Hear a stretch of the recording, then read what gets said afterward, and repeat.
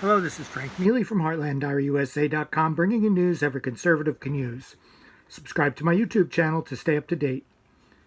Today, the subcommittee on the Constitution of the Senate Judiciary Committee heard from a panel of experts on the violence in Portland, and in particular Antifa.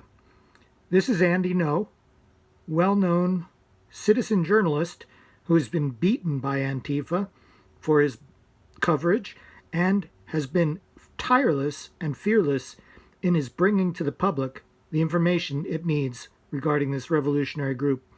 This is his opening statement before the committee, and hopefully it will be heard widely. Thank you, Chairman Cruz, Ranking Member Hirono, and members of the committee. Antifa is not a myth. I have been reporting on its activities since 2016. Its threats to my family and me have proved all too real. As any good journalist knows, the most important stories are often those not being told. This story is not being told. The American public knows little about this violent insurrectionary group and its radical ideology. I made Antifa my beat, and that makes me a target. Its followers regard my reporting as a threat to their mission, so they use violence and intimidation to try to frighten me into silence. First, they tried to discredit me, falsely branding me as a white supremacist. I happen to be gay and the son of Vietnamese refugees, so that was surprising. Next, they threatened to kill me and hurt my family. They almost succeeded last year when they surrounded me in the middle of downtown Portland. I was beaten so badly that I was hospitalized for a subarachnoid hemorrhage. I still suffer from the effects of that injury. To this day, no one has been arrested. I'm apprehensive about speaking to Congress today, given that I'm a target. But I'm more afraid of the consequences of remaining silent. Unless we take action, what is happening in Portland today will soon be happening in cities across the country.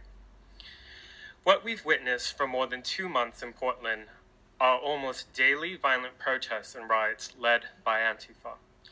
Even when they aren't starting fires, using explosives, and trying to maim officers, they leave threatening messages, such as decapitated pig heads outside the courthouse.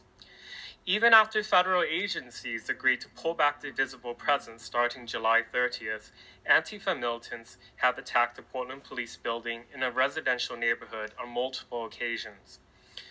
Unfortunately, too many in the media have chosen to ignore or downplay this extremism masquerading as racial justice.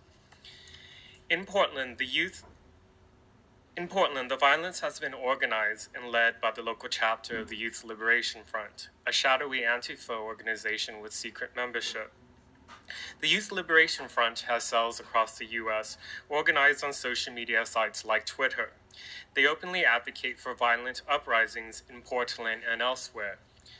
To give one example, on July 25th, they called for national calls to action. Their followers obliged. We witnessed weekend street violence in Seattle, Oakland, Austin, Atlanta, Richmond, among other cities. There are multiple shootings, dozens of officer injuries, and even a homicide. I have worked undercover for months in Portland and other cities, and I've seen with my own eyes how hundreds of so-called protesters work together to carry out acts of organized criminality against government and civilians. Both violent and nonviolent participants play a role. For example, Antifa, by their own admission, depend on mass numbers of peaceful protesters to act as human shields. Those privy to the organizational workings are divided into units, one to monitor police movement, one for street medics, one for vandals and arsonists, and so on.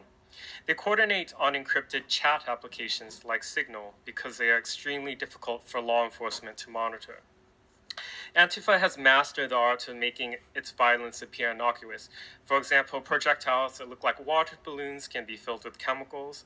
Small slingshots can be used to project rocks, glass, and ball bearings into police lines.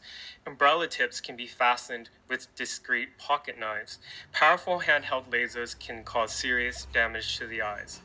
Antifa and its allies have made rioting an art form in Portland.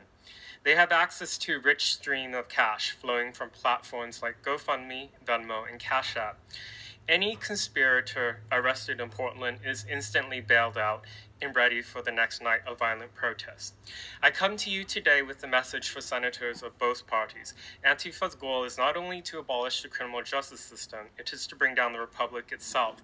Burn it down, they say. But don't take my word for it. Go read their literature, listen to their chants, and look at their graffiti messages. Portland is a canary in the coal mine for America. Look to my city to see what happens when a group like Antifa is left unchecked. Thank you.